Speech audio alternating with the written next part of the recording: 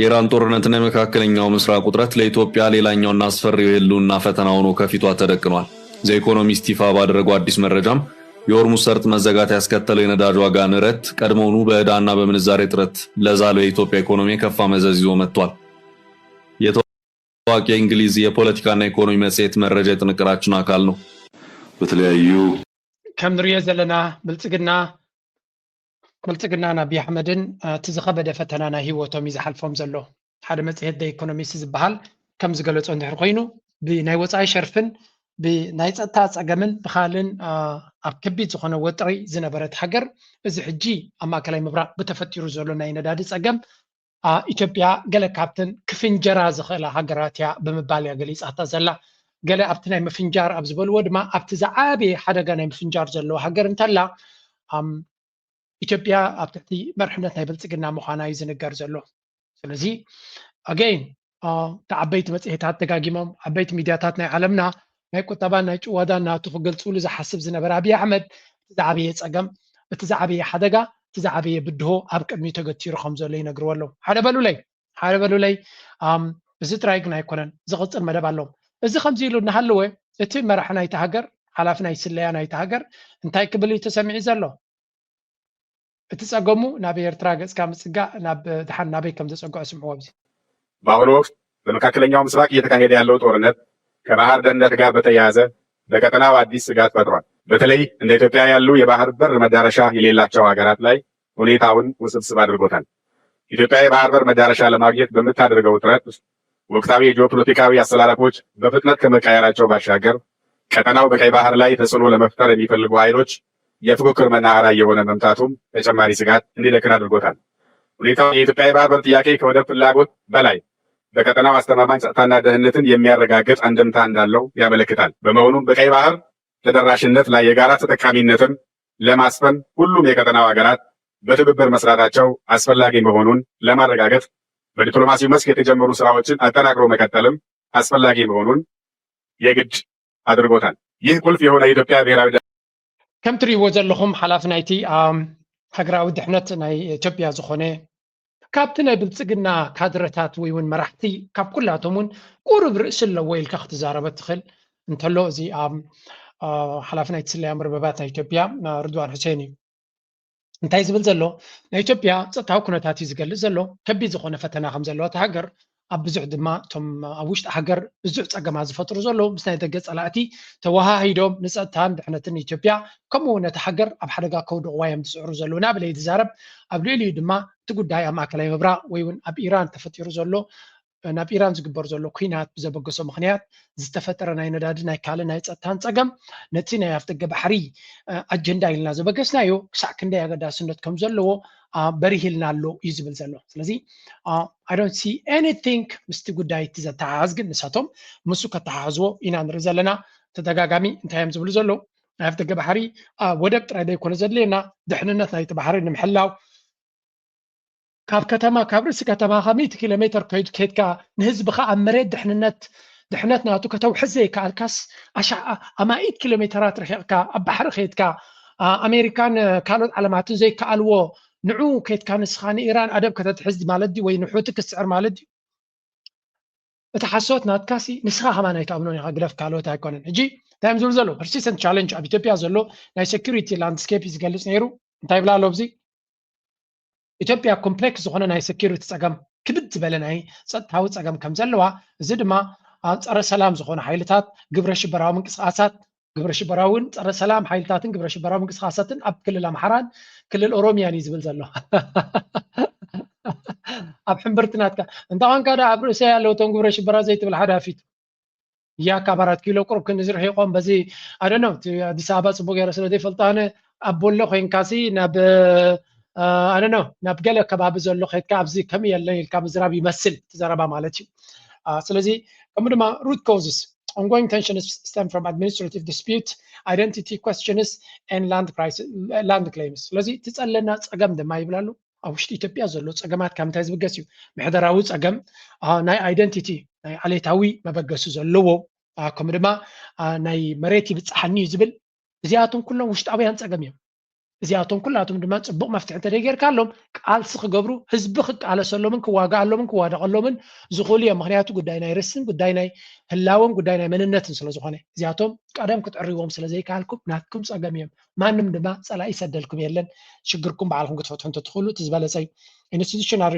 ሪስፖንስ security forces are working with public to maintain law and order ስለዚ ሓሶት እዚ ኩሉ ነገር ፈቲኖም ይሰልጦም የለን ኣብ ዞባዊ ዘይርጉእነት ወይ ከዓ ናይ ቀርኒ ኣፍሪካ ንዛረበሉ ዘለና ኢሉ ዝበለኻ ናይ ሱዳን ክራይሲስ the escalating civil war in neighboring Sudan poses a direct risk እቲ civil war ወይ ከዓ ኩናት ሓድሕድ ኣብ ሱዳን ዝግበር ዘሎ ንዓና ብቐጥታ ሓደጋ ክኾነና ይኽእል ይብል ኣሎ። ኣብ ሱዳን ዝግበር ዘሎ ኩናት ሓድሕድ ቀዳማይ ተሳውሮ ዘለኻ ብቐጥታ ብተዘዋዋሪ ንስኻ ኢኻ። ስለዚ ብርግፅ እትሓዊ ክልብልበካ ምዃኑ ርዱእ እዩ። ቴሮሪዝም Al-Shabaab and ISIS in Somalia are evolving their tactics and expanding their threat profile. እቲ ኣብ ሶማልያ ዝነበረ ናይ አይሲስ ይኹን ከምኡ ድማ ናይ አልሸባብ እናስፋሕፍሐ ይመጽእ ኣሎ ናባና እውን ከኣቱ ይኽእል ይብል ኣሎ። የስ ኣይተርፈኩምን እዩ። ምክንያቱ ነቶም አልሸባብ ባይ ዘ ወይ ካብቶም ግብረ ሽበራ ናይ አልሸባብ ዝበሃሉ ሓደ ዶኩመንት ዝተረኸበ ክንደይ ካብኣቶም ኢትዮጵያዊ መንነት ከም ዘለዎም እቶም ዕጡቃት እዩ ዝንገር። ስለዚ ኣገይ እቲ አልሸባብ ዝበሃል ካበይ ዝብገስ ምዃኑ እንታይ ዓይነት ሰራዊት ከም ዘለዎ መን ከም ዝሕግዞ ንምርድኡ ከቢድ ኣይኮነን። ንኤርትራ ድማ ብሰንኪ እዚ ባዕሎም ዝፈጠርዎ ሓይሊ ንኤርትራ ኣጊዶማ ነይሮም። ድራማ እዩ። geopolitical shift ከምኡ ድማ rapidly changing dynamics in East Africa ስለዚ ኣብ ቀርኒ ኣፍሪካ ብዙሕ ነገር ይቀያየር ኣሎ ብቕልጡፍ። ስለዚ ብቕልጡፍ ዝቀያየር ዘሎ ድማ ለውጢ ሓተና ኣሎ እዩ ዝብል ዘሎ። ካልእ the Red Sea and maritime access ካይብል ኣሎ ላንድ ሎክድ ስለ ዝኾና እዛ ማእከላይ ምብራቕ ዘሎ ፀገም ንዓና ዓብዪ ብድሆ ስለ ዝፈጥር ዘሎ እቲ ናይ ኣፍ ደገ ባሕሪ ኢልና ንዛረበሉ ዘለና ዝያዳ ክድፋኣሉ ኣለዎ። ናብኡ ገፃ ድማ ፀለፍደፍ ክንብል ኣለና ይብሉ ኣሎ። ክፀድፍ ክትብል ብጣሓል ድማ ከም ዘሎ ምፍላጥ የድሊ። ምክንያቱ ጉዳይካ ዓድኻ ኣብ ከመይ ወዲቓላ ንሳቶም ግን ስቲል ኣብ ናይ ካልእ ዕግርግር እዮም ዘለው። strategic goal Ethiopia's push for sea access is formed as an essential and long-term regional peace and security. ስለዚ ሕቶ ናይ ኣፍ ደገ ባሕርና ናይ ህላወ ሕቶ እዩ። ናይ ነዊሕ ዝጠመተ ስትራቴጂካዊ ዕላማ ስለ ዝኾነ ድማ ንስትራቴጂካዊ ዕላማኻ ኩሉ ዋጋ ክትከፍለሉ ቅቡል ስለ ዝኾነ እዩ ዝብል ዘሎ። ብኻልእ ኣዘራርባ ንስኻ ናብ ኣፍ ደገ ባሕሪ ክኸይደ ናብ ኤርትራ ገፀይ ኣፍ ደገ ባሕሪ ክጥምት ስትራቴጂካዊ ክትብል ከለኻ ብግምጣሉ ንኤርትራ ማለት ንስኻ ስርዓት ኣብ ስልጣን ምህላው ስትራቴጂካዊ ሓደጋ እዩ ንኤርትራ ማለት እዩ። the same it's just the opposite ዓሰብ ንምምላስ ስትራቴጂካዊ ሕቶ እዩ ዝብል እቲ ኣብዪ ኣሕመድ። ብኻልእ ኣዘራርባ ብልፅግና ንኤርትራ ስትራቴጂካዊ ፀላኢ እዩ። ምክንያቱ ስትራቴጂካዊ ማለት ኣብ ነዊሕ እዋን ወላ 100 ዓመት ገይረ ተቓሊሰ ክረኽበለኒ ትብሎ ማለት እዩ። ስትራቴጂክ ጎል ዝበሃልኩም እዩ። ስለዚ ናብ ኤርትራ ዝጥምት ዘሎ ስትራቴጂካዊ ዕላማ ኣለኒ እንድሕር ኢልካ እቲ ከምኡ ዝብል ዘሎ ንኤርትራ ስትራቴጂካዊ ፀላኢ ናይ ነዊሕ ፀላኢ ክሰዓር ዘለዎ ድማ እዩ። ሕድገት ክግበረሉ ይክእልን ክሰዓር ዘለዎ እዩ። እንዳስ ዋይ ሻዕብያ ከምዚ ናቶም ይፍክር የለን ብተግባር ግን የርእዮም ኣሎ። እቲ ንሪኦ ዘለና ኩነታት ካብ ዜሮ ዝተበገሰ ኣይኮነን። ከምኡ ድማ እዚ ንሪኦ ዘለና ነቲ ናቱ ሰላያዊ ሓይልታት ገለ ንሕይሉ ኣለና ብላብላ ጀነፍሪት ገለ ብልለው the problem right now ንዓታቶም ገጢሞም ዘሎ እዚ ብክልተ መንገዲ ክንሪኦ ኢና። ተያያዥ ጉዳዮች ቢኖሩም በአማራ ክልል ምርጫው ሊካሄድ የማይችልባቸው ብዙ ነባራዊ ሁኔታዎች እያየን ነው። ዛሬ በትክክልም በአማራ ክልል ማን ነው የበላይነት ያለው ማን ነው አብዛኛውን የአማራን ቀጠና የተቆጣጠረው ለሚለው በቂ ምላሽ ከማስረጃ ጭምር የቀረበበት ዕለት ነው። አሜሪካ በዚህ ደረጃ እንግዲህ ከአዲስ አበባ በ100 ኪሎ ሜትር ራዲየስ ርቀት ላይ ባሉ አካባቢዎች በሙሉ የሰላም ሁኔታ እጅግ አሳሳቢ ነው። በኦሮሚያ ክልል በራሱ ብዙ ዞኖች ነው የተጠቀሱት። ወለጋ ሁሉም ዞኖች ተካተዋል። ሌሎች አካባቢዎች በኦሮሚያ ጉጂ፣ ቦረና፣ የምዕራብ ሸዋ አጠቃላይ አካባቢዎች፣ ደቡብ ሸዋ፣ ምዕራብ ሸዋ፣ ሰሜን ሸዋ፣ ምስራቅ ሸዋ ያልተጠቀሰ አካባቢ የለም። እነዚህ ሁሉ በሰላም እጦቱ እየተሰቃዩ እንደሆነ ተጠቅሷል። ስለዚህ ምርጫ የሚባለው ነገር ምንድን ነው? እስቲ የአሜሪካን የጉዞ ማስጠንቀቂያ ከምርጫው ጋር አገናኝተህ እንዴት ተመለከተዋለህ? እንግዲህ ለንከኔ ሓደ ካብቲ ንብልፅግና ዘሰንበደ ፍጻመ እንዲ ዘሎ ኣሜሪካ look at this man I mean seriously ኣብዘን ዝሓለፈ መዓልታት ክልተ ነገራት ዓበይቲ ፍጻመታት እንዲና ርኢና ዘለና። ኣብዚ ህዝቢ ኣምሓራ ከቢድ ዝኾነ ተቃውሞ ኣንጻር ብልፅግና ይገብር ኣሎ። ህዝቢ ተላዒሉ ኣሎ። በቲ ሓደ ወገን ህዝብን ዓበይቲ ዓድን ኣብ ልዕሊኡ፣ በቲ ካልእ ድማ ከቢድ ዝኾነ ናይ ፀጥታ ፀገም። እዚ ዓይነት ሃገራዊ ውሽጢ ዓድኻ ዘሎስ መንግስቲ ኣሎ ኢልካ ክትዛረበሉ ከቢድ እንድዩ? ኣዝዩ ከቢድ ካብ ከቢድ ንላዕሊ ከቢድ ይውን። ምክንያቱ ነቲ ከቢድ ዝብል ቃል ከማን ፅቡቅ ገይሩ ዝገልፆ ቃል ኣይኮነን። ሓቂ ፕሬዚደንት ኢሳያስ ነዚ ሰነፍ ክብሎ ናይ ብሓቂ ሰነፍ ዝኾነ መራሒ ስለ ዝኾነ ሰነፍ ተትብል ቃል ናይ ብሓቂ ትግቦ ቃልያ እትምጥኖ ቃልያ ብዘይ ቃል ዓለም ማለት እዩ so ዓዱ ዘይመሓደረ ዓዱ ፀጥታ ዘይወሓሰ ብዛዕባ ቀይሕ ባሕሪ ክህውትት ስክፍታ ዘይብሉ ስርዓት ኢና ንርኢ ዘለና ስለዚ ኣሜሪካን ዓዲ እንግሊዝን ክልቲኦም ኣብዛ ዓዲ እዚ ብፍጹም መገሻ ከይተሓስብዎ ምክንያቱ እቲ ናይ ሴኩሪቲ ፀገም ናይ መጭወይቲ ድዩ ናይ ኩናት ድዩ ናይ ዕግርግር ድዩ ናይ ኩሉ ዓይነት ፀገም ስለ ዘሎ ብዛ ዓዲ ናብዛ ዓዲ ምኻድ ማለት ነብስኻ ቀቢፅካያ ኢኻ ናብዚ እንድሕሪ ከይድካ ንሕና ንሕተተልካን ኢና እዮም ዝብሉ ዘለዉ which is absolutely fantastic ከምዚ ዓይነት ዘረባ እዩ ዘድልየና ነይሩ so እንታይ ኢና ንርኢ ዘለና ኣብዚ እንድሕር ሪኢኹም ሃገር ኣከቢድ ዝኾነ ወጥሪ ኣትያቶ ከም ዘላ እዮም ዝነግሩ ዘለዉ እቲ ገምጋም ናይ ኢንጂነር ይልቃል ክንሪኦ ኢና እቲ ፅቡቅ ነገር ብክልቲኡ ክንሪኦ ስለ ዝኾና ቅድሚኡ ነዛ ናይ ኢንጂነር ይልቃል ቅድሚ ምርኣይና ሓንቲ ነገር ከርእየኩም ደልየ ኣለኹ እዚያ እስከስምዕዋ ለንቀነ ክንስሐቅ እውን ሰሓቅ ጥዕና ስለ ዘሎ በእንስሳት በጋሪዎች እንስሳት የሚሳቡ ጋሪዎች እና በራሱ በእንስሳት ጀርባ የምናደርገው ትራንስፖርቴሽንም ማበረታታት ነው ያለብን። ማዘመን እንችላለን። የአህያ ጋሪዎች አሉ፣ የፈረስ ጋሪዎችን እሱን እያዘመን እንደ ትራንስፖርት አማራጭ ስራ ላይ እንዲውሉ የማድረግ ስራም እየሰራን ያለ ነው። በዚህም ጥሩ ውጤት መንግስቲ ብልጽግና እንታይ ይብላ ኣሎ ክሳብ ዝኾነ ይኹን ናይ ነዳዲ ለውጢ ዝመፅእ ኩሉ እቲ ዘለና ፀጋታት ከም በዓል ናይ ኮሮሳ ከም በዓል ናይ ኣድጊ ከም ናይ በዓል ገመል ከምኡ እውን ካልኦት ብእግርኻ ምኻድ ኩሉ እዚ ዘለና ፀጋታት ማክሲማም ተጠቀም ጂዲፒ 9% ይዓብሎ ናይ ቢልዮን ዶላር ቁጠባ ኣለና ንሻዕብያ ድማ ቆሞ የቆሩ እናበልካ ድልገፅ ዝነበረ ተመሊስካ ናብ ኣድግን ናብ በቕልን ክምለስ ኢና እዩ ዝብል ዘሎ ኣብየት ብልፅግና ረኺብዋ ዘሎ ጉድ መወዳእታ እኳ ዘይብሉ ነዳዲ ረኺብና እንጆይ ግበርዎ ዝበሃሉ ዝነበሩ ናብ ካሮሳን ናብ ገመልን ገፅኩም ተበገሱ ኩሉ ፀጋታትኩም ኣዋድዱ ኣብዚ ቀረባ ክመፅእ ዝኽእል መፍትሒ የለን ዝብል ዘረባ ከም ኣማራፂ ናይ ብልፅግና መፅኡ ኣሎ እቲ ዝሕዝን ክፋል እዚ ፀገም እዚ ብዓለም ደረጃ ዝመፀ እዩ ኢልካ ክትዛረበሉ ትኽእል ኢኻ እቲ ፀገም ግን ከምኡ ይኮነን እቲ ፀገም ካበይ ዝመፀ ይመስለኩም ክልተ ነገር ክንርኢ ናብዚ እዚ ፀገም እዚ ብልጽግና ባዕሉ ዘጓሃሮ ፀገም ምዃኑ ስምዑ ብዚ especially as of yesterday the minister admitted a massive corruption in the fuel industry something you've been saying in the past Jawar what was your reflection of where we are now if I can start by that the impact, there are two major impacts, an immediate and long-term. An immediate is the food shortage on Ethiopia. The second is, and probably much more devastating, is the shortage that will come with fertilizer. The fertilizer will be affected both in terms of transportation and as well as in terms of production. We heavily rely on urea. Urea is already been severely affected by its production as well. So since we rely heavily on imported fertilizer and our farmers over the last decade or so have been moved out of natural fertilizer into modern ጀዋር እንታይ ዝብል ዘሎ እዚ ጉዳይ እዚ ኣዝዩ ከቢድ ክኸውን ከም ዝኾነ እዩ ዝንገር ዘሎ ሓደ ኣብዚ ሓዳሽ ቪድዮ ናቱ ዝሰማዕክዎ እዚ ኣጋጢሙ ዘሎ ኣብ ኢትዮጵያ ነዳዲ ወይ እውን ናይ ድኹዒ ፀገማት ብሰንኪ እቲ ኩናት ናይ ኢራንን ናይ ወሽመጥ ሕርሙዝን ኣጋጢሙ ዘሎ ንኩሉ ዓለም ክትዝፀሉ ፀገም እዩ ስለምንታይ ካብ ሙሉእ ኣፍሪካ ብፍላይ ድማ ናይ ቀርኒ ኣፍሪካ ኣብ ኢትዮጵያ ሕልፍ ዝበለ ፀገም ናይ ሎጂስቲክስ ዘጋጥም ዘሎ ንዝብል ድማ ብልሽውና ናይ ብልፅግና ተፈጥሮ እዩ ኢሉ ከቢድ ዝኾነ ብልሽውና ኣብ ኬንያ ይኹን ኣብ ካል ኣፍሪካ እውን ብልሽውና ኣሎ ኢሉ ከም ናይ ብልፅግና ግን ኣይኮነን ኢሉ ከቢድ ብልሽውና ስለ ዘሎ ቅድሚ ዝኾነ ይኹን ኩናት ጀሚሩ ኣብ ሓፂር ግዜ ከቢድ ዝኾነ ሓደጋ ወሪድና ይብላ ኣሎ ስለዚ ናይ ብልሽውና ፀገም ስለ ዘለና ዳእምበር ናይቲ ዘጋጠመ ኣብ ኢራንን ወሽመጥ ሕርሙዝ ዘጋጠመ ፀገም ጥራይ ኣይኮነን ፀገምና ኢሉ ካልኣይ ድማ ኢሉ ከምዚ ፀገም ድማ መፍትሒ ኢኻ ተናዲ ኢሉ እንታይ ገይሩ እሱ ናብ ኢማራት ከይዱ ሽግር ናትና መሊሱ ኣብኢስዎ ኢሉ ናብ ኢማራት ዘኽዘኽ ዘብላ ይነበረካ ሓቢካ ትድውለላ ተደሊኻ ንኢማራት ኣጆኺ ኢማራት ትብላ ተደሊኻ ድማ ጌምክን ሓደ ሓላፊ ትሰድድ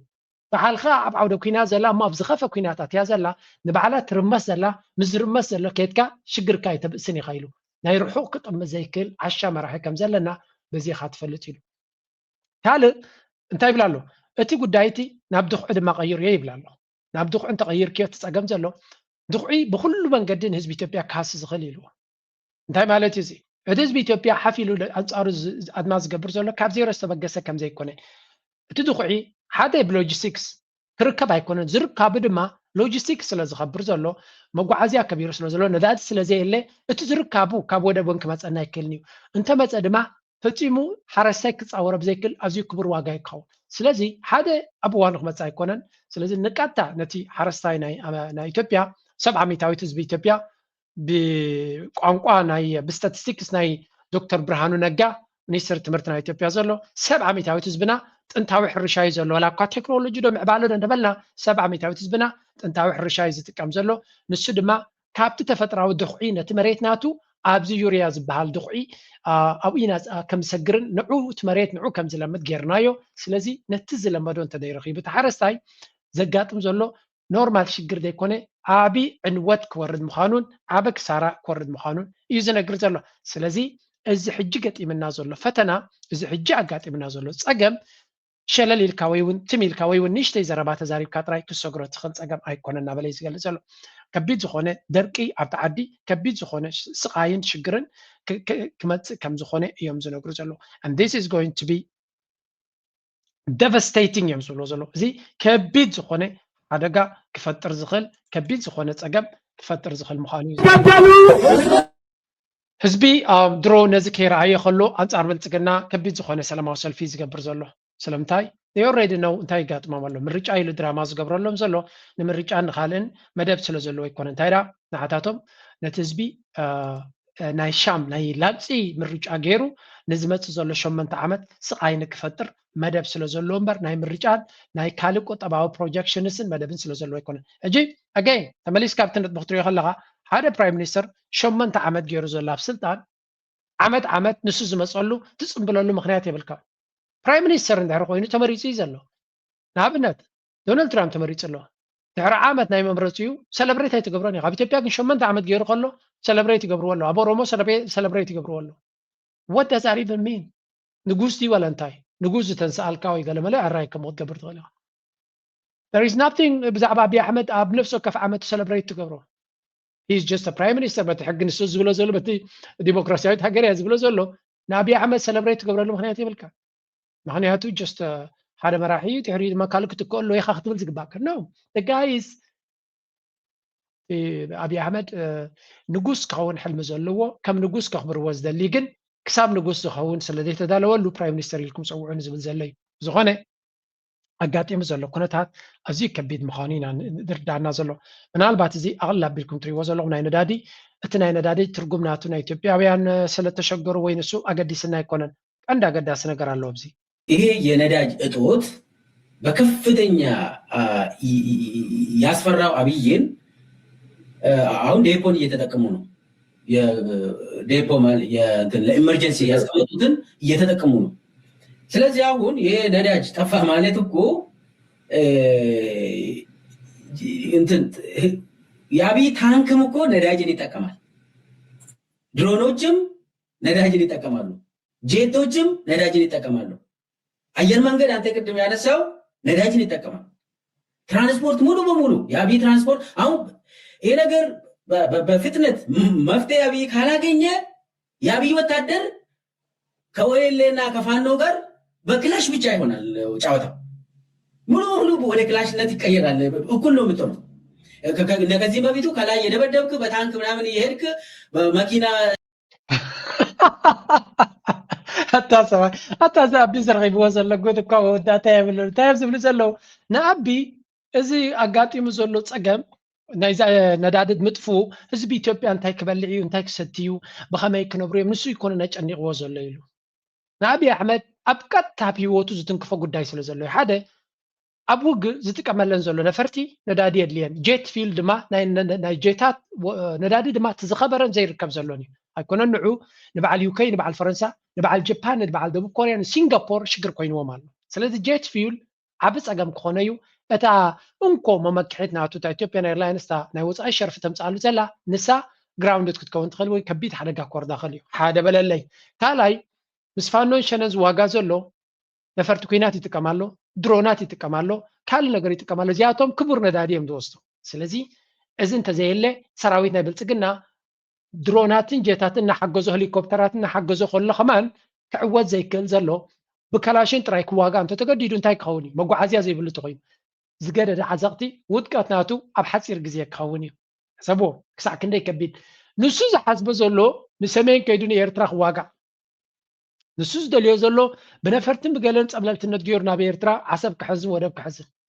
ኣጋጢሞ ዘሎ ኩነነት ድማ ሰራዊት ናቱ ክጓዓዘሉ ዘይክእል ሕጂ ነቲ ዴፖ ነቲ ዓቂርዎ ዝነበረ ንሕማቕ እዋን ተባሂሉ ተዓቂሩ ዝነበረ ነዳዲ ንዑይ ዝጥቀም ዘሎ ስለዚ እዚ ሕጂ ወሪድዎ ዘሎ ሽግርን ብድሆን ኣዝዩ ከቢድ እዩ ኣብይ ኣሕመድ ድማ ነዛ ኣትይዋ ዘሎ ወጥሪ ብኸመይ ክወፃ እዩ እዚ ገይር ዋኑ እዮም ዝብሉ ዘሎ ስለዚ ንህዝቢ ከቢድ ፈተና ይፅበየሎ ምክንያቱ ብዘይ ድኽዒ ድራእሎቱ ክረክብ ኣይክእልን እዩ ክንደይ ክፋል ናይቲ ሃገር ኣይሕረስ ንክሓርስን ንክነብርን ተሸጊሩ ኣሎ ኣብ ልዕሊኡ ድኽዒ የብሉን መሬት ድማ ብዘይ ድኽዒ ይሰርሕን እዩ ትራክተራት ብትራክተር ዝሓርስ ህዝቢ ነዳዲ ፀገም ኣሎ ስለዚ ንሱ እውን ክርከብ ኣይክእልን እዩ ኩሉ እቲ ንሪኦ ዘለና ሓንቲ ነገር ክውስኸልኩም እየ ምንታን እዚ ነገር እዚ ያ እሞ ሕጂ እኮ ክፍታሕ ይኽእል እዩ ገለገለ ኢሉ ተስፋ ዝገብር ሰብ ክህሉ ይኽእል እዩ ናይ ብልፅግና ፀገም ብቐሊሉ ክፍታሕ ዘይክእል ከቢድ ፀገም ንነዊሕ እዋን ክቕፅል ዝኽእል ፀገም ምዃኑ ክነግረኩም ስለ ዘለኹ I'm going to give you even more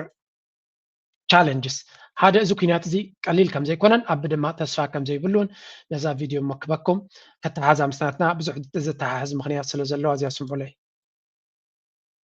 is collapsing. Even if the war continues just till the end of April, a couple weeks, the UAE is predicted to see its economy shrink by 3 to 5%. Now, this is actually quite a lot because, for instance, back in 2025, the worst performing economy, Haiti, its economy shrunk by only 3%. But to make matters worse, the war is not going to end by April. It's going to continue for quite a while longer. I predict the war is going to probably continue into 2027. But for what it's worth, around half of people on Polymarket think that the war will continue at least for another 3 months. So for the United Arab Emirates, what you're going to see is an economic collapse worse than the Great Depression. Since the war began, the value of the Dubai stock market has declined by roughly 1/4, resulting in $120 billion being lost across the various stock markets in the UAE. Dubai's housing longer. I predict the war is going እዛ ቪድዮ እዚኣ ኣካል ናይተን ብዙሓት ቪድዮታት ዝስርሓ ዘለዋ እየን ቀንዲ ካብኡ ናይ ቁጠባ ናይ ኢማራት ብሕማቅ ክፅሎ ከም ዝኽእል እዩ ዝነግር ተቐንዲ ኣገዳሲ ኣብዚ ኣርእሲ ግን እዚ ኩናት እዚ ሓፂር ኩናት ኣይኮነን ኣብዚ ቀረባ ዝርዮ ፀናሕኩ ስታቲስቲክስ እንታይ ይብላ ኣሎ እቲ ኩናት ኣብ ክሳብ መወዳእታ ናይ ዝወርሒ 4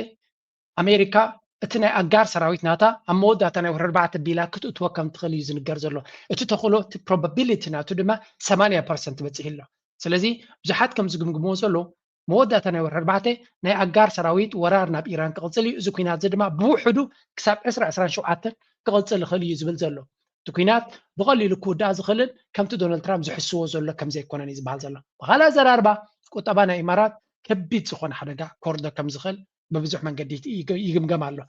ድሮ ቶም ዓበይቲ ፕሮጀክሽን ዝብሉ ዘለዉ ብ3 ክሳብ 5% ደትሰላይ ስቱልት ምክንያቱ ነዳዲ ጥራይ ንምንታይ ኢምፓክት ገይሩሎም ኣሎ ኣብ ልዕሊኡ ቱሪዝም ናቶም ኩሉ ነገር ዓውዲ ኩናት ኩሉ ነገር እንድሕሪ ሃዋዊስካዮ ፈፂንካ ክኸውን ዘይክእል እዩ ስለዚ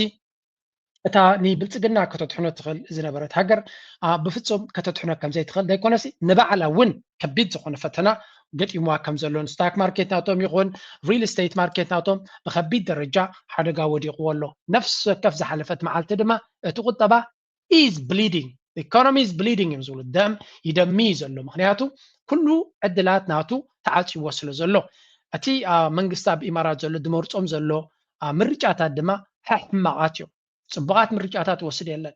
መብዛሕትኡ ግዜ ዝወስድሎም ዘሎ ስጉምትታት ንህዝቢ ደሰንብዱ እዮም ንህዝቢ ንኢንቨስተር ተሰንብዱ ውሳነታት ይውስና ኣሎ for example I'm going to tell you ኣብዘን ዝሓለፋ ሰዓታት ዝረኣኹ ሪፖርት ክበኩም ኣብ ኢማራት ኣብዚ እዋን እዚ ካብ ኢማራት ካብ ዱባይ ድወፁ ዘሎ ሓበሬታ እንድሕር ሰሚዕና ብተደጋጋሚ እንታይ ይብሉ ኣሎ መሲልኩም ኣብ ልዕሊ ሰባት ዘሰንብድ ውሳነ ይወስድ ኣለዎ ዝኾነ ይኹን ስእሊ ካብ ኢማራት ድወፁ ዘሎ ካብ ዱባይ ድወፁ ዘሎ ነቶም ዘውፅዎም ሰባት ንገሊኦም ን2 ዓመት ንገሊኦም ን5 ዓመት ንገሊኦም በሽሓት ዶላራት መቕፃዕቲ ይገብሩሎም ኣሎ እዚ ማለት እዩ ሰባት ነዛ ዓዲ እዚኣ ኣሚኖም ከም ዘይመለሱ ይገብሮም ኣሎ የባህርርዎም ኣሎ ማለት ሓደ ሰብሲ መሰል ደሊድ ኸደካ ሓደ ኤውሮጳዊ ወይ ኣሜሪካዊ ክመፀካ እንድሕር ኮይኑ ዲሞክራሲ ዝፈልጥን መሰል ዝፈልጥን እዩ ያ ሜቢ ታክስ ከይከፍል ክደሊ ኸሊ ግን they also know privileges ና ሂወቶም ይፈልጡ እዮም ተረጋጊዮም ክነብሩ ሓሳባቶም ክገልፅሉ ዝኽእሉ ሰባት መብዛሕትኡ ግዜ ድማ ናይ ሚድያ ፐርሶናሊቲን ገለንካ ስለ ዝኾኑ ሓሳባቶም ክትጭብጦም ኣይትኽእልኒ ኢኻ ስለዚ እዚ ነዚ ክራይሲስ እዚ ንምምካት ዝጥቀምሉ ዘሎ ብልሕድማ መመሊሱ ኢማራት እንታይ ዓይነት ዲክቴተርሺፕ ከም ዝኾነ ክሳዕ ክንደይ ከቢድ ፖሊሲ ከም ዘለዎም ክሳዕ ክንደይ ናይ ፖሊስ ሃገር ምዃኑ ክሳዕ ክንደይ ሰብ ተረጋጊኡ ሓሳቡ ክገልጸሉ ዝኽእልን መሰሉ ክጥቀመሉ ዝኽእል ዓዲ ከም ዘይኮነ ይርድኦም ኣሎ እዚ ድማ ሓደ ካብቲ ዲሞክራሲ ከም ዘለዋ ገይሮም ክሸጥዋ ዝፍትኑ ዝነበሩ እታ ዲሞክራሲ መይታ እቲ ዘይትንከፍ ወይ ከዓ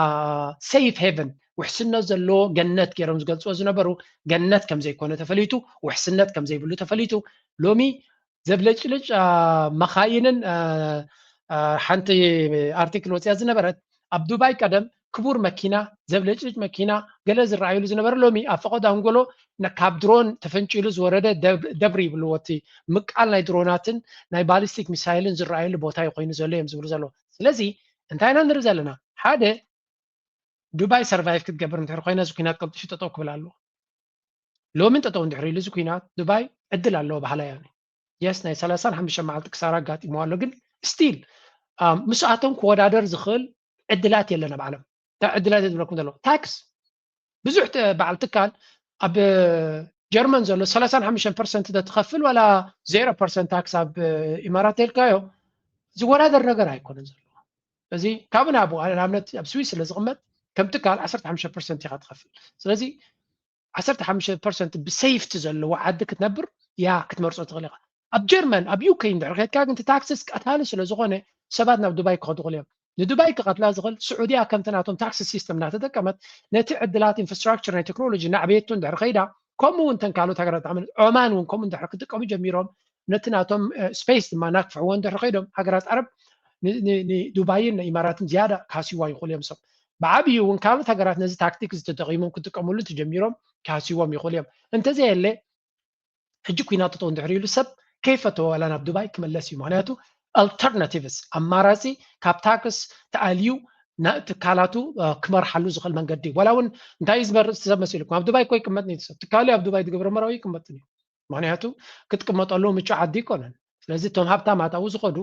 ኣብኡ ትካሎም ገይሮም ሜይቢ ኣብ ታይላንድ ይቕመጡ ወይ እውን ኣብ ካልእ ዓለም ይቕመጡ ስለዚ እቲ ታክስ ሄቨን ገይሮሞ ዝነበሩ ስቲል ተወዳዳሪ ሓይሊ ስለ ዘይብሉ ክምለስ ምኻለ ግን እዚ ኩናት መጠን ዝነውሐ መጠን እቲ ዝወርዶም ዘሎ ዕንወት ናይ ኩሉ ነገር ተሪኻዮ ብቐሊሉ ክቅያር ዝኽእል ወይ ብቐሊሉ ናብቲ ናይ ቀረብ ቁጠባኦምን ሃብቶምን ክምለሱ እዮም ኣይብለኩም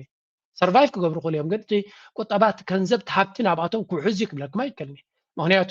እቶም ተራ ሰባት ንእሽቱ ትካላት ዘለዎም ክመፁ ክእሉ እዮም ዓበይቲ ትካላት ግን ኣብ ካልእ ዓለም እውን ተመሳሳሊ ዕድላት ኣለዎ ሲንጋፖር ኣለዎም ንኣብነት እቶም ሚልዮነራት ኣብ ሲንጋፖር ተመሳሳሊ ናይ ታክስ ሄቨን ኣለዎ ኣብ ስዊዘርላንድ ኣለዎ እቶም ቢልዮነራትን ሚልዮነራትን they still have options ኣብ ካልእ ዓለም እውን ስለዚ እዚታት ኣብ ግምት ኢኻ እቲ ናይ ኢማራት ብድሆ ከቢድ ክኸውን ከም ዝኽእል እዩ ዝነግር ዘሎ ንዓና ድማ ኢማራት ሕማቅ ከጋጥማ ወይ እውን ገለ ንክገብራ ናቶም ሕማቅ ደስ ስለ ዝብለና ኣይኮነን ሓደ ኢማራት ኣብ ቀርኒ ኣፍሪካ ትገብሮ ዝነበረት ጉዳይ ንኸተወግድ ወይ እውን ኢዳ ንኸትሕፅር ዘገድዳ ምክንያት ክፍጠር ክእል ኢና ንብል ዘለና ልዕሊ ኩሉ ድማ እቲ ናብኣ ተፀጊዑ ዝኸይድ ዝነበረ ብልፅግና ከቢድ ዝኾነ ፈተና ይወርዶ ስለ ዘሎ ብኡ ዓይኑ ስለ ንሪኦ ዘለና ኢና ካብ ኩሉ ኣብ ቀርኒ ኣፍሪካ ዘጋጥም ዘሎ ኩነታት ኣተሓይስካ ክትሪኦ ከለካ ድማ ትርጉም ይህበካ ማለት እዩ The Horn of Africa is not getting any better, Jawar. It's what's happening in Somalia is something that keeps somebody awake. We are looking at an increasing violence on the border with Ethiopia and South Sudan. Nothing is being talked about it. Through Benishangul, we are already experiencing a violence that is pushing its way inward towards Ethiopia. This is the violence in Sudan, and now South Sudan and Gambela. And now we don't know what's going to happen in Somalia, whether Somalia is going to stabilize itself after what happened to the Southwest State president, the ousting and the replacement. The pattern reminds me of what happened in Tigray, pre-Tigray war in 2020. And yet still there is that lack of national conversation. And that is why I really want to hear from you, Jawar, what is happening in the Horn of Africa and where is Ethiopia at the moment? እንታዮም ዝዛረቡ ዘለዉ እቶም ናይ ኢትዮጵያ ጀዋርን ንሳን ማለት እዩ ካብቲ ኣብ ኢትዮጵያ ዘሎ ኩነታት ብዙሕ ዘይዝረበሉ መዓት ፀገማት እዩ ዘለና ትብል ኣሎ ንኣብነት ኢትዮጵያ ምስ ሓንቲ ካርታ ነይራትኒ እንተረኺበያ መከርየኩም እታ ካርታ ብዙሕ ክትገልፀልና ስለትኽእል where was that map man I can't find it ኣብ ገለ ነይራ እታ ማፕ እንደዝረኽባ ነይራ መራኽኹም ነይራ ግን እንታይ ዘርየካ right now እቲ situation ኣብ ኢትዮጵያ ዘሎ እቲ ጉዳይ ኣብ ኢትዮጵያ ኣብ ፀጥታዊ ኩነታት ናይ ኢትዮጵያ ክትሪኦ ከለኻ ብኩሉ ዶባት ምስ ኩሎም እየ ፀገም ዘለዋ ምስ ኣብ ጋምቤላ ዝበሃል ምስ ደቡብ ሱዳን ዘለዎም ዶብ let me find you to ካርታ ናራኻ እዩ ዝያዳ ክርዳእካ ዝኽእል ኩነታት where are you ካርታ ናይ ኢትዮጵያ let's find the map ካርታታት ንኽትረክቡን ቁሩብ ክብድ በለን ድዩ I am searching to find this thing أبزيها تهلو تخوني هذا to the Eastern regional influence. Okay هجي زي ناي قرن أفريقيا عنديو ناي قرن أفريقيا كارتا عندي كريكم دليل اللغم so أبزي ما نمسا كل جزء كارتا مسراها أتي زلوا كنتات بوجير كهاتا كتجنازبات غل ناي قرن أفريقيا زيادة ترخيبنا ناي إرترا ناي إثيوبيا عنديو بسم زيادة دمرت كل جزء where is this map هاي ناي إرترا ترايم هي بمنازلو let me find another one هجي حركة بتدوب نريو تلنا نزندي تمثل انتاي درينا زلو زي أمس دبوب السودان أبزر رحبوب ناي غامبيلا زبالة غامبيلا زبالن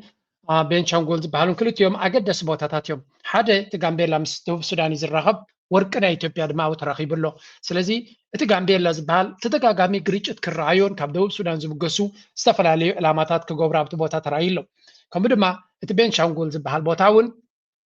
نفسه زخاله مست كوينات ناي السودان زغبر زلو متتتاو بزح ناي سكيورتي صقم ترخيب له بخالي دما ناب دبوب غص كاخت كلا بناب سوماليا غص كاخت كبر كلا هاون كال صقم ابتي بفلاي ساوذرن ستيت ناي سوماليا زبلو بلصقنا ايد زنبرم اثيوبيا ايد زنبرم او تي مرح نايتي كلل تسعير وصيلو سلازي እዚ ጉዳይ እዚ ናበይ ክኸይድ ይኽእል ምስ ኤርትራ ዝግበር ዘሎ ምስ ትግራይ ዝግበር ዘሎ ኩነታት ኣብ ግምት ኢኻ ናበይ ክኸይድ ይኽእል ዝብል ሕቶ እዩ ንጀዋር ዝመጽ ዘሎ understand it the scenario to comment about walking I don't mind people walking from travel between cities and particularly movement of goods. You cannot do trade in all days. This will kill the economy. And at the time when the country needs to build more train lines for impact that will last for a long time, even if the impact of the Tigray war. And now it's right towards the war in the north against Tigray and Eritrea to plus pause the right towards the war in the north against Tigray and Eritrea because the main sponsor UAE is busy fighting for its life, so they don't have they couldn't give us a full focus to help us fight each other. So and the other is also food shortage has crippled Abiy's ability to wage. ኣብዚ ሕጂ ክልተ ሰለስተ ነጥብታት እንዲሁ ዝትንክፍ ጀዋር ሓደ እንታይ ብላሎ ብልጽግና ነቲ ህዝቢ ብእግሩ ክጓዓዝን ወክ ክገብርን ትራንስፖርት ታክሲ ገዲፉ ካልእ መንገድታት ከናዱ ከም ዘለዎ ኣተሓሳሲቡሎ ኣነ ይድግፈየ ሰብ ብእግሩ እንተኸደ ጥዕና ይክኾነ ዝኽእል ፀገም ግን ዘለናዮ ሂወት ብመጓዓዝያ ጥራይ ብእግርኻ ጥራይ ከይድካ ክትወፅእ ትኽእል ድዩ መግቢ ካብ ሓደ ቦታ ናብ ካልእ ቦታ ክኸይድ ሎጂስቲክስ ከመይ ገይሩ ክንቀሳቐስ እሱ እዩ ፀገም ዝኸውን ዝኽእል ካልእ ድማ ሰብ ንስርሑ ኣብ ጥቃ ገዝኡ እንተለዎ ብእግሩ ክኸይድ ይኽእል እዩ ስርሑ ርሑቕ እንተኾነ እንታይ ክገብር ከመይ ገይሩ ክወፍር ከመይ ገይሩ ክምለስ ኣብ ሰዓታቱ ከመይ ገይሩ ክርከብ ይኽእል ስለዚ ብዙሕ ሕቶታት እዩ ዘለዓል ይብላ ኣሎ ካብ ወፃኢ ድማ እቲ ኣብ ቀርኒ ኣፍሪካ ዘሎ ዳይናሚክስ ኩሉ ነፍሱ ወከፍ ዶብ ነፍሱ ዝኸኣለ ሰፊሕ ኣርእስቲ እዩ ዝብሎ ንኣብነት ናብ ሰሜን ገጽካ ናብ ኤርትራ ክግበር ዝኽእል ዝነበረ ናብ ትግራይ ክግበር ዝኽእል ዝነበረ ተሓሲቡ ዝነበረ ኩናት ንግዚኡ ጠጠው ኢሉ ኣሎ ስለምንታይ እቲ ስፖንሰር ናይቲ ኩናት ዝነበረ ንባዕሉ ናይ ህላወ ፈተና መፂዎ ስለ ዘሎ ኢማራት ማለት እዩ ኢማራት ናይ ህላወ ፈተና ኣጋጢሞ ካብቲ ፈተናት ብኸመይ መንገዲ ክወፅእ ይብል ስለ ዘሎ ኩናት ናይ ሰሜን ንግዚኡ ጠጠው ኢሉ ኣሎ እዚ ማለት ግን እቲ ኩናት ኢማራት ብኸመይ ትውድኦ እዩ ተራእዩ ካብዩ ውፅኢት ናይቲ ፕላን ክቕፅል ኣይቅፅልን ክንገሮ እዚ ማለት ድማ ብግምጣሉ ኤርትራ እንታይ ክትገብር ኣለዋ ክሳብ ኢማራት ሓውስ ቆኢላ ክፅባ ኣለዋ ኤርትራ ክሳብ ኢማራት ተንሲኣ ካብቲ ኩነታት እዚ ኩነታት ናቶም ተተፈትሕሎም ድማ ግዜ ክወስዱ ይኮኑ ናብ ብልፅግና ንብልፅግና ንምሕያል ንኣቢ ንምድሓን ግዜ ክወስዱ ይኮኑ ስለምንታይ ከምኡ ብለኩም ኣለኹ ቢካዝ ኣቢ ፐርፌክት እዩ ንዓታቶም ኢትዮጵያ ሰፋሕ ሃገር እያ ዓባይ ሃገር እያ ናይቲ ዲፕሎማሲ ናይ ኣፍሪካ ሰንተር እያ ስለዚ ንብልፅግና መሓዝ ንኣቢ መሓዝ ማለት ከም ኣቢ ዓይነት ድማ ክረኽቡ ከቢድ እዩ كما بعينت ملو بملو تنبركا خلنا زلو أبوم كرهبو كبيدي سلازي they cannot risk him نعلوس كقبروه جن نبعلهم كبيد فتنا لهم كقبروه زغل خيال there is nothing هجي كقبروه زغل جنزب يوم كبروه زغل جنزب نبعلو ما فتحي كونه ندادي كبوه نبعلو وني بالله من أبزوان زي كوتو وي كل نيم زلو تندادي كوتو أي كل نزلو شجري قاطمه ماله سلازي كابتو كل زلهم commitment دمان وعب فلوي كقبروه لخا كبيدي سلازي أبي أحمد كبيد زخونه فتنا يقط يموزل لي زبل زلو أتعتي وزلو دما بغللو كوتو زخل فتنا يكونن النابز بلي خاطو ودق بوك انت قارو انت مساسالي ريتين انسمع زلنا باي زغد سمعنا يتغاي بودايو ህዝብ ትግራይ ብርግጽ ግን እዘን ጻላሊ ዘሎ ኩናት እስካሁን ላዕሊ ሓደጉ ያው ቀዳምነት ሰሪዖሞ ዘሎ ጻላይ ትግራይ እዩ ወይስ ንፈልጥ ኢና ግን ያው መንግስት ኢትዮጵያ ብዙሕ ህዝብታትን ዓድታትን እዮም ከምዚ ዓይነት ብሄራዊ ሓደጋ ደኪኑ ዘሎ ጎረቤትና ህዝቢ ኣምሓራ ንሪኢ ኣለና ህዝቢ ኣምሓራ እውን ልክዕ ከም ትግራይ ናይ ህልውና ሓደጋ ኣንፃላሊና ኣሎ ኢሉ ይቃለስ ኣሎ ኦሮምያ ተመሳሳሊ ኣብ ካልኦት ከባብታት ኢትዮጵያ ጉሙዝ ንበሎ ዶርታ ንበሎ ጦር መሳሪያ ቴክኒካዊ ድጋፍና መረጃ በማቅረብ ግጭቱ እንዳይቆም ስታደርግ በሌላ በኩል ደግሞ የአባይ ዘቦች ወይም ጋርዲያንስ ኦፍ ዘ ናይል በሚል መጠሪያ ተከታታይ የጋራ ወታደራዊ ልምምዶችን በማካሄድ በኢትዮጵያ ላይ ስነ ልቦናዊ ጫና ለመፍጠር ሞክራለች። ይህም ሱዳን ከታሪካዊ ጎረቤቷ ከኢትዮጵያ ጋር ያላትን የህዝብ ለህዝብ ትስስርና የንግድ ግንኙነት ገፍታ የግብፅን ስትራቴጂያዊ ፍላጎት ለማስፈጸም ተላላኪ እንድትሆን አድርጓታል። ይህ ሂደት ሱዳንን ከቀጠናዊ አጋርነት ወደ ግብፅ የጸጥታ ተቀጥላነት ዝቅ አድርጓታል። لكن زارب وزلوا دما قدانا قبتي مس سراويت سودان بغتا وتهدراو متتتاو غيرالا سراويت ناتا ايتيالا زبل كادرتات ناي بلصقنا معلتاو كزاربو لزوعلو زلويو زدما سراويت ناي سودان مخنيات رقيبلو ناي قبت سراويت ايدونو كتو سلامتاي ኢትዮጵያ በቀጥታ ምዝዳ መስርዕ ኮይና ነቲ ኣገዳሲ ክፋላት ናይ ትብሉ ናይ ዝበሃል ስቴት ናቡ ገፃ ክተኣቱን ብኡ ከተስፋሕፍዕን ስለ ዝፈተነት ነቲ ዳ መስርዕ ድማ ዝኣክል መንከሲ ቦታ ሂብዎ ስለ ዘለው ግብፂ ድማ ነዚ ምክንያት ተጠቂማ ምስቲ ኢትዮጵያ ኣብ ድልቁስቁስ ዝበለ ዘሎ ኩነታት ዘለዎ ተጠቂማ ብፍላይ በዚ ብሉ ናይል ዝበሃል ቦታ ጌርካ ቀንጣ ነቲ ጌርድ ዝበሃል ከባቢ ንምቁፅፃር ድዩ ኣብቲ ከባቢ ሓደጋ ንምፍጣር እቲ ዝበለፀ ዕድል ክጥቀምሉ ዝኽእሉ ሕጂ እዩ ብልጽግና ከቢድ ዝኾነ ፈተና ወሪድዎ ስለ ዘሎ ግብፃውያን ንባዕሎም ከቢድ ፈተና ወሪድዎም ኣሎ እዚ ናይ ነዳዲ ፀገም ንግብፂ እውን ከቢድ ፈተና እዩ ትሕቶ ኣብ ውሽጦም ንሓድሕዱ ዝቃተል ህዝቢ የብሎምን ሰው ከማቢ 3-4 ዓይነት ግንባር ይዋጋ የለን ኣብ ሓደ ግዜ ሰራዊት ናይ ግብፂ ሓደ ፀላኢ ዘለዎ ኢትዮጵያን ጌርድን እዩ ፀላኢ ናቱ ስለዚ they have to do anything ነቲ ዘለዎም ሽግር ንኽፈትሑ እዚ ሕጂ ዘለዎ መድረክ ድማ እቲ ዝበለፀ ኣጋጣሚ ክኸውን ዝኽእል ንዖም እዚኣ እታ ዶብ ዝብልዋ ዘለዉ ብከምዚ ዓይነት ድማ የምጡ ምትዋሶም ኩሉ ግዜ ነዛ ቦታ እዚኣ ክርእዩ ከለዉ ጌርድ ኣበይ ኣሎ እንታይ ክንገብር ንኽእል እዮም ዝብሉ ዘለዉ ስለዚ እዛ ናይ ኩምሩክ ዝብልዋ ዘለዉ ግንባር ተፈጢራ ዘላ ልክዕ ምስ ዲጋ ሃጓፍ ፈጢራትሎም ኣላ ምክንያት ፈጢራትሎም ኣላ ስለዚ ነዚያ ምክንያት እዚኣ ተጠቂሞም ንብልጽግና ልቡ ከጥፍኡሉ ብኩሉ መንገዲ ክፍትኑ እዮም ናቶም ፍሉይ ሓገዝ እውን ወይ ፍሉይ ምንቅስቃስ እውን የድልዮም ፋኖ ባዕሉ ልቢ የጥፋሉ ስለ ዘሎ ስለዚ እዚ ሕጂ ተፈጢሩ ዘሎ ሓጓፍ ግብፃውያን ዝያዳ ነዳዲ ክውስኹሉ እዮም ዝያዳ ክደፍኡሉ እዮም ዝያዳ ክመፅዎ እዮም and Abiy Ahmed boy the guy is in a big trouble ከቢድ ዝኾነ ፈተና ከጋጥሞ ከም ዝኽእል ኩሉ ሰብ ዝግምቶ ዘሎ ፋኖ ካብ መዓልትና መዓልቲ ሓይልናቶም ሓየለ ይኸይድ ኣሎ ባይ ዘ ወይ ኢንጂነር ይልቃል ንክንደይ ግዜ ይቕፅል ይኸውን ብልፅግና ንዝብል ገምጋም ዝሓባስ ከስምዕዎ እየመጡ ነው ምናልባት ባለፈው ሳምንትም ስንገናኝ የዚህን አገዛዝ ዕድሜ ከ6 ወር ብዙም አይበልጥም ብለ በብልጽግናው መንደር ትንሽ ጫጫታ ተፈጥሮ ነበረ በየጊዜው እንደዚህ ቀነ ገደብ ታስቀምጣላችሁ ግን አብይ አህመድ ይኸው ዕድሜ ቀጥሎለት እስካሁን አለ ብለው ሲገልጹ የሰማውበት አንድም የብልጽግናው መንደር አንድ ውይይትን እንደዚህ ተከታትያለሁ ለማንኛውም ነገሮች እየፈጠኑ ነው ኢንጂነር ይልቃል ቀደም ሲል በመግቢያ የገለጽኳቸው የተለያዩ ርዕሰ ጉዳዮች አሉ እንደው ያልከው 6 ወርም ከዛ በፈጠነ በ3 ወር ሊሆን ይችል ይሆን ነገሮች እየፈጠኑ ናቸው ሲሳይ ታይብሎሎ መሳይ ካሶሪ ታይብሎሎ ኣብዛ ሓለፈ ኢንተርቪው ብልጽግና ምስ ሕጂ ዘሎ አብይ አሕመድ ምስ ዘሎ ኩነታት ሽዱሽተ ወርሒ ወስደሉ ይኸውን ክወርድ ኢልካ ጫውጫውታ ፈጢርካሎም ነርካ ብዙሓት ናይ ብልፅግና ካድረታት ድማ ብዙሕ መንገዲ ሪያብ ትገብርሉ ተራእዮም ነይሮም እዚ ሕጂ ዘሎ ኩነታት ክንሪኦ ከለና ግን እቲ ኩነታት እናተበላሸወ ወይ ዝኸይድ ዘሎ ምናልባት ናብ 3 ወርሒ ይወርድ ኸውን ይብሎ ኣሎ እቲ ናይ አብይ አህመድ ዕርበት ማለት ነው። መሳይ እንግዲህ አንድ ነገር ሲመጣ የራሱን ሞመንተም ይዞ ይመጣል። ሁለተኛ ነገር ደግሞ እንደተባለው አንድ ስርዓት በትክክል በዚህ ቀን ያልቃል ብሎ ለመናገር አንዳንድ የማህበራዊ ሳይንስ ነገር ሆኖ 2 እና 2 4 ባይባልም በብዙ መመዘኛዎች አንድ ስርዓት ጥንካሬ ያለው ወይም ደግሞ ጥንካሬ የለውም ተብሎ የሚለካባቸው ምክንያቶች ምንድናቸው ተብሎ ሲል ነው እኛ ስርዓቱ ወድቋል አልወደቀም ብለን የምንናገረውና አብዛኞቹ አሁን አንተ ያልከው አብይ እስካሁን አለ ብለው የሚሉት ለአንድ ስርዓት መኖርና የስርዓት መርጋት መመዘኛዎች ምንድናቸው የስርዓት መላላትና መውደቅ ደግሞ መለኪያዎች ምንድናቸው ብለው ቢያስቡ ዝም ብሎ ስልጣን ላይ እየመጡ ነው ከም ትሪእዎ ዘለኹም ምውዳቁን ዘይ ምውዳቁን ኣብ ሓደ ግዜ ክትንትኖ ኤግዛክትሊ እቲ ዕለትን ሰዓትን ንክትረኽቦ እውን ክብድ ዝበለ ክኸውን ይኽእል እዩ ግን ብኻልእ ገምጋም ድማ ክትሪኦ ከለኻሲ ብሓፈሻ እቲ ስርዓት እቲ ወላ እውን ኣሎ ኢልካ ትዛረበሉ ኮይንካ እቲ ስርዓት ኣሎ ድየለን እውን መገምገሚ ክህልወካ ረቋሒታት ክህልወካ ክኽእል ኣሎ ጀስት ቢኮዝ ኣብ ስልጣን ኮፍ ኢሉ ስለ ዘሎ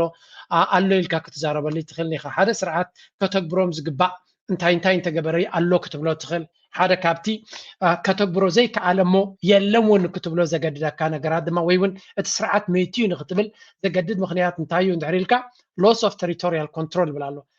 ግዝኣታዊ ሓድነት ወይ ከዓ ግዝኣታዊ ዶብ ናይቲ ሃገር ክሕሉን ክዕቅብን ዘይምኽኣል ማለት እዩ ኣይኮነን ናይቲ ሃገር ዶባት ክሕሉ ኣብ ውሽጢ ዓዲ ንዘሎ ክልላት እውን ክሕሉን ከውሕስን ኣይከኣለን ኣሎ ስለዚ እቲ ቴሪቶሪያል ኮንትሮል ናይቲ ሃገር ዶብ ናይ ኤርትራ ንኣብነት ካብ ኤርትራ ካብ ከባቢ ኦም ሓጀር ጀሚርካ ክሳብ ዓሰብ ዘሎ ሰራዊት ናይ ኢትዮጵያ ኣይኮነን ዝዕቅቦ ዘሎ ኤርትራ ክትከይድ ስለተይ ትደሊ ዝኾነ ይኹን ስጉምቲ ክትወስድ ስለተይ ትደሊ እምበር ዝዕቅቦ ነገር የለን ከምኡ ዶብ ናቶም ብመንገዲ ሱዳን ክፉት እዩ ብምሉእ ክሳብ ደቡብ ሱዳን ብኬንያ ክፉት እዩ ብኩሉ እቲ ዶቦም ክፉት እዩ ክሕልዎ ይክእልኒ ዓቕሚ የብሉን ፐብሊክ ዲፊየንስ ከምና ዲፋየንስ እንታይ ብላ ኣሎ ብዝኻ ማሲቭ ፐብሊክ ፕሮቴስትስ ኤንድ ሲቪል ዲስኦቢዲየንስ እዚ ብዙሕ ህዝቢ ድማ ኣንፃሩ ሓፊሉ ብኩሉ መንገዲ ኣንፃሩ ይኸይድን ነቲ ስርዓት ናቱ ይእዘዞ የለን ኣንፃሩ ድማ ይትንስእ ኣሎ ሰላማዊ ሰልፊ ይገብር ኣሎ ኩሉ ዓይነት ፈተነታት ይገብር ኣሎ ንዑ ንከኣል እዩ ስለዚ ኣብ ህዝቢ እውን ቁፅፅር የብሉን ብፍላይ ኣብ ክልል ኣምሓራ ካልእ እውን ኣብ ካልእ ቦታታት ናብ ትግራይ እውን ካልእ ተኸይድካ እውን ቁፅፅር የብሉን ኢኮኖሚክ ክራይሲስ ሃይፐር ኢንፍሌሽን ካብ ኖርማል ወፃኢ ዝኾነ ምንሃር ዋጋታት ድማ ኣብ ኩሉ ቦታታት ንርኢ ኣለና ስለዚ ወላ ሓንቲ ክቆፃፀር ዘይከኣለ መራሒ ሽማዊ መራሒ ስለ ዝኾነ ነታ ሃገር ሒዝዋን ዓቂብዋን ኣሎ ኢልካ ክትዛረበሉ እውን ኣይትኽእልኒ ኢኻ እዚኦም ትሪእዎም ዘለኹም ናይቲ ናይ ጻድቃን ሰራዊት ማለት እዩ ምስ ብልፅግና ተሓዊሶም ሓራ መሬት ዶ ዓፋር ዶ እናተባሃለ ዝዝረብ ዘሎ እዩ ስለዚ ኣብይ ኣሕመድ ንተጋሩ ኣብ ኩናታት ሕድ ንክፀምዶም ኣዝዩ ተቀራሪቡ ከም ዘሎን እቲ ጉዳይ ድማ ነገራት ፋሕፋሕ ይብሎ ስለ ዘሎ እምበር ከም ትሪእዎም ዘለኹም ብክልተ ግንባራት ዝግበር ዘሎ እዩ እቲ ቅድም ክትሪእዎ ፀናሕኩም ናይ ምግበይ ሓይሊ ተዳልዩ ከም ዘሎ ነቲ ኩነታት እቲ ንምምካት ማለት እዩ በቲ ካልእ ንሪኦ ዘለና ድማ ስፍሕ ዝበለ ወታደራዊ ምድላዋት ኢና ንርኢ ዘለና ኣብዚ እውን ሕልፍ ኢልካ እንተሪኢኻዮ ብዙሕ ናይ ወታደራዊ ምንቅስቃሳት ንርኢ ኣለና ኣብዚ እውን እቲ ኣይ ቲንክ እቲ ናይ ትግራይ ጉዳይ ኣብ ክብድ ዝበለ ደረጃ ኣሎ እዚኣ ውስ ኣብዚ ሓፊ ደጊምኩም ጅግንነት ብዘመስከርኩሞ ኩሉ ህዝቢ ትግራይ ልቦኑ ተሓጒሱ ናይ መወዳእታ ሓጎሱ ክውሕድ ከምዚኣ ኢሉ ተዳልዩ ሎሞ ቆራሪፅና ፀላእትና ንምጥፋእ ድልዋት ስለ ዝኾንኩም ዓብዪ ኩርዓትን ሓበንን ይስማዓና ቁረጥ በሎ ንዓኻትኩም ከም ትሪእዎ ዘለኹም ብፍላይ እቲ ዕጥቅን ስንቅን ናይቲ ብምግበይ ዝምራሕ ዘሎ ሰራዊት እዚ ማለት ድማ ምስ ኤርትራ ኣብ ዶባት ናይ ኤርትራ ዘሎ ሰራዊት ናይ ትግራይ ማለት እዩ እቲ ዝሓየለ ክኸውን ዝኽእል እውን ንሱ እዩ ምክንያቱ ካብ ብልፅግና ኣብ ዝረሓቐ ግንባራት ዘሎ ንሱ ስለ ዝኾነ ኣገዳሲ ዋላ እውን ዕጥቁ እንተረኣኻዮ ዋላ እውን ኣቃውማ ናቱ እንተሪኢኻዮ ሲሪየስ ኣርሚ ዳትስ ዋይ ለንቀነ ሓደ ፕሮፓጋንዳ ክዝርግሑ ቀኒዮም ኣለው ነቲ ሰራዊት ናይ ትግራይ ንምድኻም መንፈሱ ንምህራን ብምባል ካብቶም ናይ ብልፅግና ደንበናቶም ሓደ ፕሮፓጋንዳ ክፍኑ ቀኒዮም ኣለዉ ሰራዊት ናይ TDF ዝበሃል ሰራዊት ናይ ትግራይ ተዳኺሙ ዝብል ስምዕዎ እዚኣ ሕጂ ልዕሊ 250,000 ዝነበረ ቁፅሪ TDF ሕዚ ትሕቲ 45,000 ከም ዝወረደ ዘመልክት ሰነድ ልሒኹም ወተሃደራዊ ፀብፀባት ኩነታት በዝሕቲ ካብ ኮርን ላዕሊ ዝተባሃለን ተኣማንነቱ ንህወሓት ምዃኑ ዝዓወጀ ዕጡቕ ሰራዊት ትግራይ ዝምልከት ቁፅሩ ይመናመን ከም ዘሎ እቲ ልሒኹ ኣብ ማሕበራዊ መራኸቢታት ዝተዘርግሐ ሰነድ ኣመልኪቶሎም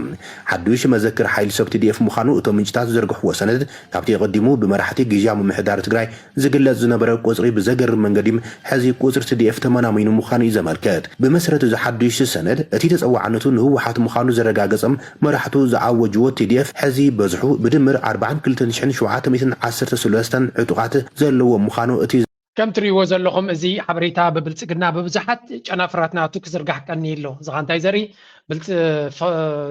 نتي أبحرام ريدو أبكال زلو مورال لمحاب تباهيلو TDF زبحال بقطر وحيد اللي يمزولو زلو but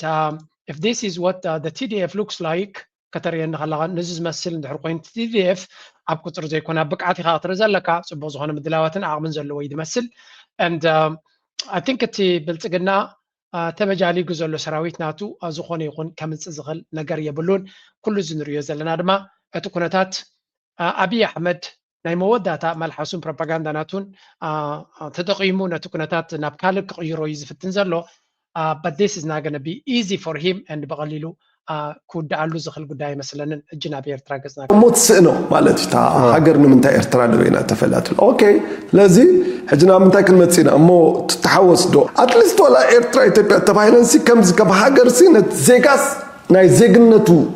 تصبغ سمع الزوانا قال كنت فترة اللغة كلا حج أنا زي من البات كم دفرت وكم صوت أخي مسلم نقول يوم كم أتوز أبايت هذا اللغة something كت زي أبز حلفة حدا كابزوم نايبنت باسترات نديو بزعبا إيرترا تزاري بنيرو بزو حسبات دما بزو تبقيسوم أنصارتي هاي بروتستانت دو قالوا دنا بلد زرب زربانيرو جن كلهم كمو خمسة مخونم بزفلتو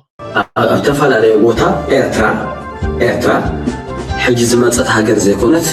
كاب 15 تخفل زمن أبقت مدر تفلت كناخه بتاع توكن بعد قبسن لا بعد توكي كومو عاد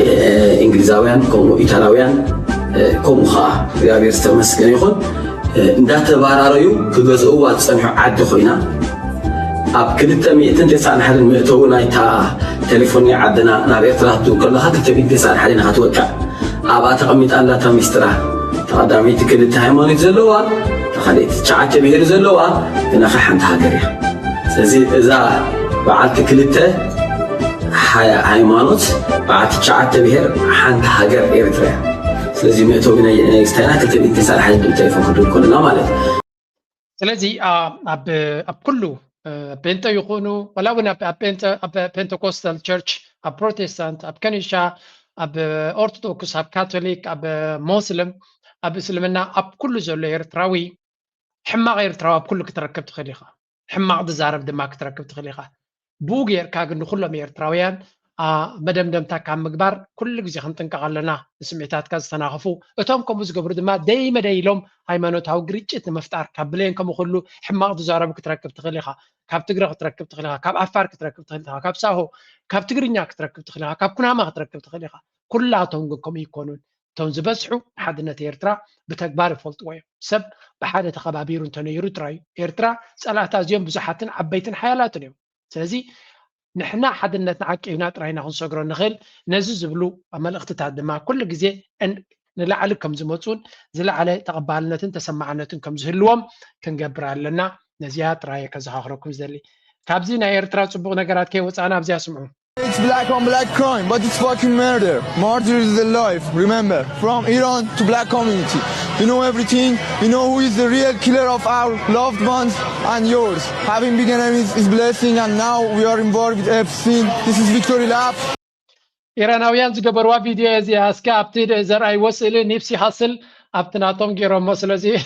إيرتراين ما أبغون إيران كم زلنا نرلنا إيران كبكالوت فليت بله فقر سلزلنا زي كونسنا عدوا من خبرتهم من يقال سلسلة زلوا جفوا قاعد ما نتعلمنا ناس أخينا ناخذ نبر نفس وقف حجر دمالو لاويت كوينا بزينا أمريكا قبل الجبت حيلي بسلام نختبر تسأر سلازلايو سبن إيران زدقفا زلو سلازي نفسي حصل لما حركاتهم I don't know بمنتاي فتيوم مبزي قدستم تفلتو زيادة صحفو أبزيون كزور ريايا it's interesting نريو زلنا ببزع من قدي لأن كان دما كابتي زحقو سينا نابز حقو سينا دينا نسقر زلنا لأن كان كلتا قدست فيديو تاتريا لهم بزيان جمر. And young talent, we're going to be going back out to France in Lyon to talk to our very own American Lily Johannes. Lily, congratulations! Congratulations, what a great goal. You're going to your first ever Women's Champions League semi-final. You must be over the moon. تريواز اللهم ليلي يوهانس إيرتراويت وعرز خونت قال إيرتراويت أمريكاويت يا أبقى السجرين هيدا كنستيو دما أبزوان زي قال كابتم بريليانت تالنت تباهيلات تقلت يا أفقراويت قانتا نيدا كنستيو أمريكا دروات يا زلايا أبزي حجي أب ليون تسعات هلا مثلني قانتوم ناب تشامبيونز ليج زح قال أبقى درجة سجيرة مثلني أبلع لي هذا اللون كبرتن فتوتن بينيو سمعوا هذا حال she's just brilliant. Yeah, I'm so happy. I've been jumping up and down and all smiles from the bench when we're scoring 3 goals in extra time, and I'm just thrilled to be going on to the semis. طيب حكيت حق وساب جول سلازة توت مالتيو ليلي يوهانس طيب لالو youngest of goal scorers in club history of the club nata تزنا عسد goals توت كوينا لا مالتيو wow so beautiful نسادما كم تحقوست يتقل زلا. Lily, I think for those watching on TV, maybe they don't know that you're a very young player because you play like such a mature, experienced player. I want to know what goes through your head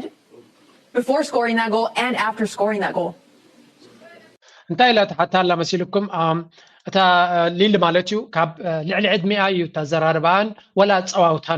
تصاوتاناتا ازيا ماتشور زخونت بسلد دلو تمكرو ناي بزح عمتا زلو هي تمثل ترغاغيا تصاوت نفعتي عباي تالنت كتكون كم تخل زنغرويم باي ذا واي حوانا عا افغرايت غانتا ايرترا حتى ابا لاغرايت غانتا ايرترا نخون بزعبو كز اتيلو ديالن رغصنيا يكونكو كن حركاتهم big talents نتهاغرايت غانتا ناون كوكل زخليو سلازي this is going to be اباون حدا ابادي بحقوا وري تصاوتاينا ايرترا زنبريو سلازي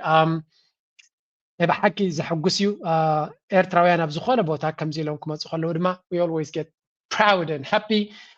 تا نايدو كنستيو بو next كنرس لندل دما inspire كتقبرن تخليها. I couldn't even tell you, to be honest. I think when I scored the goal, I was just like going crazy. my friends were telling me, you got to be like calm, nonchalant, but like, I couldn't. I was screaming, but then in my but I was like screaming, and in my head straight away I was like, can't celebrate too much because it's still 1-1 and we have to keep pushing. No, Lily, we love chalant. Where would this بعرفش عكم تريو زلهم it's really beautiful قال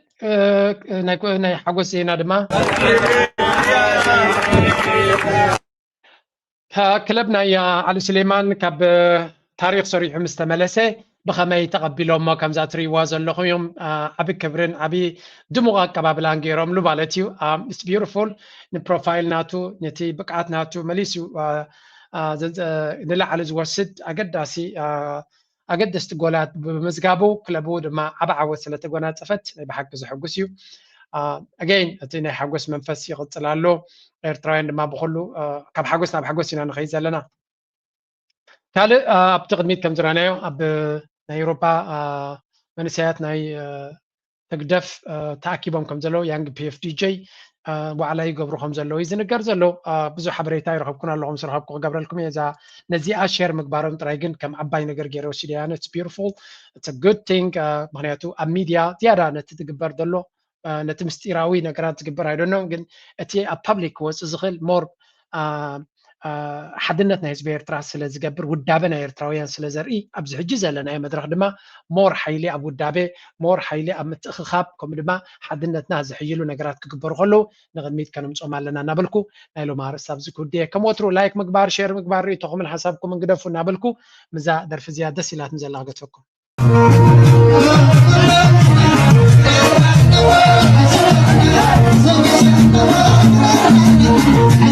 Thank you.